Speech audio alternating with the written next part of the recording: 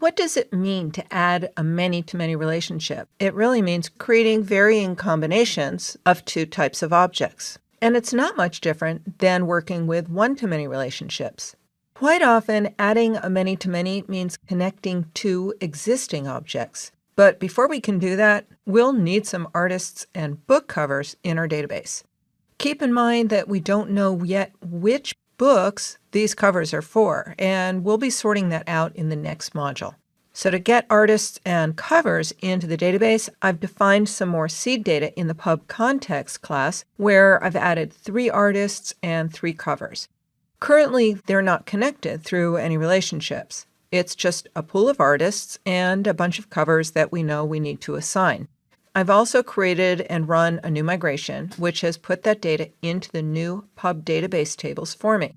Given that we have this existing data, we could assign an existing cover to an existing artist, or an existing artist to an existing cover. But we're not creating new objects per se. Let's see that in action. This first method uses the find method to retrieve 2 artists and a cover. Then it adds the 2 artists to the cover's artists property and calls save changes. It's that easy. Now, here's the SQL sent to the database.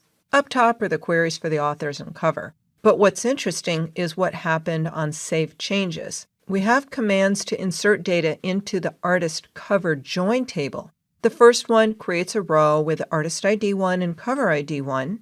The second creates a row with artist ID 2 and again cover ID 1. So those 2 artists are now tied to cover ID 1. Now, when we were working with books and authors, we had a foreign key property in the book class, so it was possible to connect a book and author by setting the book's author ID property. But Skip Navigations doesn't give us that capability. The IDs are inferred in the join entity known only to the data model and the database, but we don't have access to them in code. So with Skip Navigations, we have to work with the objects when we're connecting 2 ends. And remember that join table has a primary key that's composed of these 2 IDs, and that composition must be unique. So if I ran that same exact method again, it would cause an error in the database when we attempt to create that first row with the same value pair that now already exists in that table. And when the database throws the error, EFCore will stop processing any remaining commands and roll back the transaction that it internally created. What if we're creating a new cover and assigning it to an existing artist? In this case, we still need the artist in memory, so I'm using the find method to retrieve the artist, and I'm creating a new cover. I can either add the artist to the cover's artists collection, or I could go the other way and add the cover into the artist class. Honestly, there's no difference. It's a matter of your personal perspective and your personal choice. Or maybe even some standards set by your team so that the code is readable by everyone. Now, in this case, the context is tracking the artist already. So I could just call save changes, which will cause it to see the new cover and insert that before dealing with a join between them. Or I could explicitly add the cover to the cover's DB set and then call save changes. Whether you choose the path of least code or you prefer the explicitness of using the cover's DB set, either way, the same thing will happen in the database. And looking at that SQL, you can see that EFCore knew to first insert the new cover so we could get back its ID. Then it sends a second command to insert the new artist cover row using the artist ID of the one we queried and the cover ID that the database generated for the new cover. We've seen EFCore take care in its order of operations when saving changes for graphs, and this is just another example of that. A third pattern would be if you were creating the artist and the cover at the same time.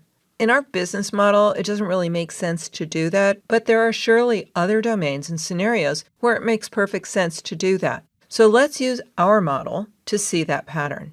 Here I'm creating a new artist, Keir Talmadge. She lives in my town, so I thought it would be fun to add her in. And I'll create a new cover object, and because Keir also works at the local Audubon Center, I'll set the design ideas to We Like Birds. Now, again, I could add the artist to the cover's artist collection or vice versa. It really doesn't matter. And it doesn't matter which object I add to the context because they're both part of the same graph now. So I'm just choosing the artist's DB set.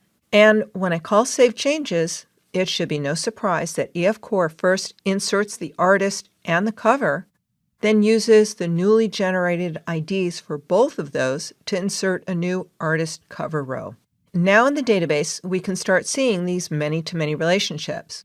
For example, the cover with ID 1 has multiple artists, and the artist with ID 1 also has many covers.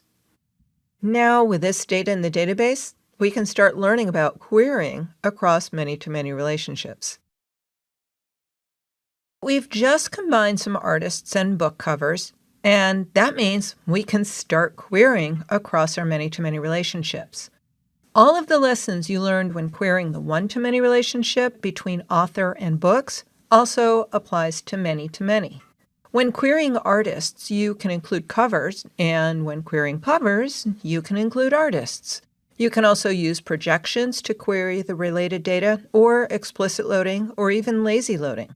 I'll show you a few examples so you can also note what's happening in the database and what the results look like. But there's no need to repeat all of the variations that you've already learned. I'll start by querying for a single artist whose ID is 1 and include that artist's covers. The syntax should be familiar now. I'm using the artist DB set, calling include with a lambda expression pointing to the artist covers property, and then using first or default, passing in the predicate to look for the artist whose ID is 1. While the ling query is pretty simple, the SQL is a little more mind-boggling to look at. And keep in mind that it has to query the artists, then connect to the join table, and from there, connect to the covers table. So it's a combination of joins, and in the end, it'll return all the columns listed in the select at the top of the statement, which are columns from artist and columns from covers. And thank you, EF Core, for not making me have to work this out myself. The resulting artist with cover graph is like one of the one-to-many graphs that we saw before. It's an artist object which has 2 covers in its covers property. And of course, I can go the other way, retrieving a cover and including its artists. Here's another method where this time I'm asking for all of the artists and including their covers, if they have any. EF Core goes about the same query, but this time it's not filtering on the ID. And debugging the results, you can see again that it was able to connect the artists and their covers in memory when they're materialized. I'll show you one more variation, which is to just get the artists and use their covers as a filter. I'm not including the covers, but in the where predicate, I'm filtering on artists who have any covers. The SQL is a little simpler than before, but still more complicated than I would have expected, because I only would have expected the query to see if there are any rows in the join table. But for some reason, and believe me, I do trust the EF Core team, so I know there's a good reason, it's still navigating through the join table into the covers table. But still the query isn't selecting any of the columns from the covers table, which does reduce the complexity of this query compared to what we saw before.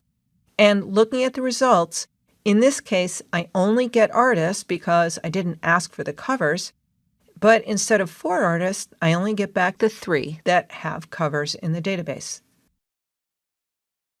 Now that you've worked with some one-to-many and many-to-many graphs, there's an important attribute of these graphs that you need to be familiar with, and that's recursive or circular references with the many-to-many queries that we've just been performing.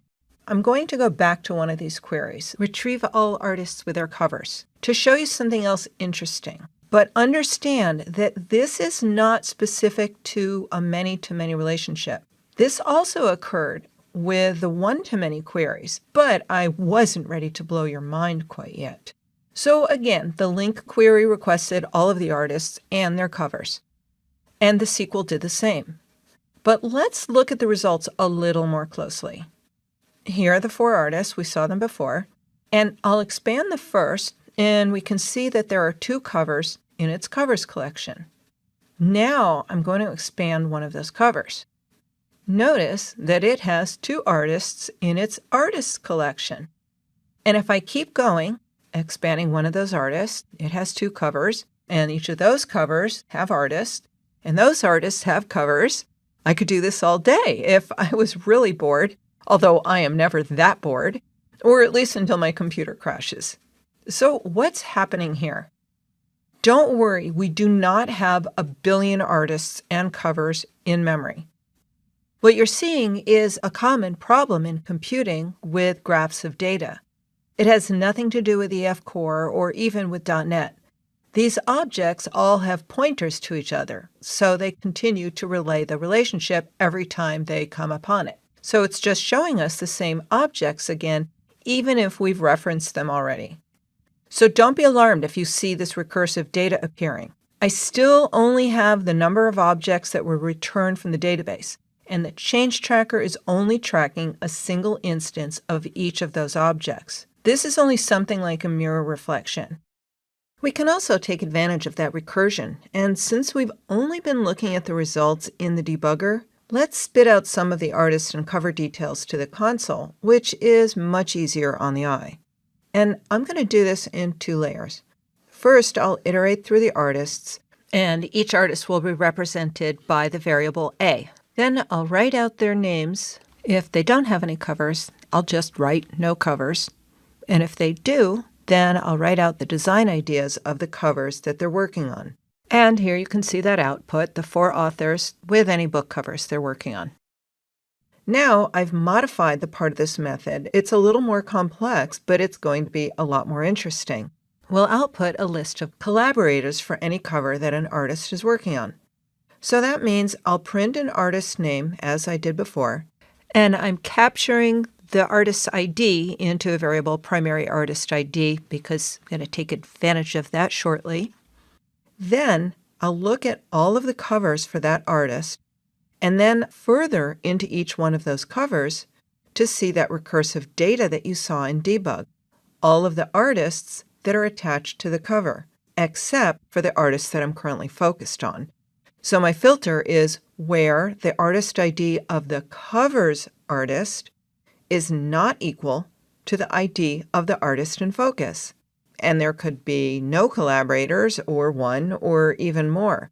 Then I build up a string called collaborators that will be a list of the names of any additional artists. And then to make it more readable, if there are any names in that collaborator string, I'll put that in parentheses. Otherwise, the string is in its original state, which is empty. Finally, I'll print out the design idea for each cover along with the collaborator string, which will either be empty or have a list of collaborators. Okay, let's run it. And this is really informative. So my first artist is Pablo Picasso. He has 2 designs to work on, and the first one, he's collaborating with Dee Bell. Then I'm listing Dee Bell, and the only cover she's working on is that same one where now we can see she's collaborating with Pablo Picasso. The other 2 authors aren't collaborating, so there's no extra information there. So that recursion in the graph is not necessarily an evil. It just is what it is, and you can take advantage of it if you want or ignore it. But there is one place where it bubbles up a lot and can cause problems, which is if you're serializing the data. And we see this a lot in ASP.NET Core, which serializes data results into JSON. Dealing with it is a well-known and common pattern in ASP.NET applications. So when we get to the web app later in this course, I will definitely show you how to avoid the problem of recursive data when your web application is calling EF Core queries.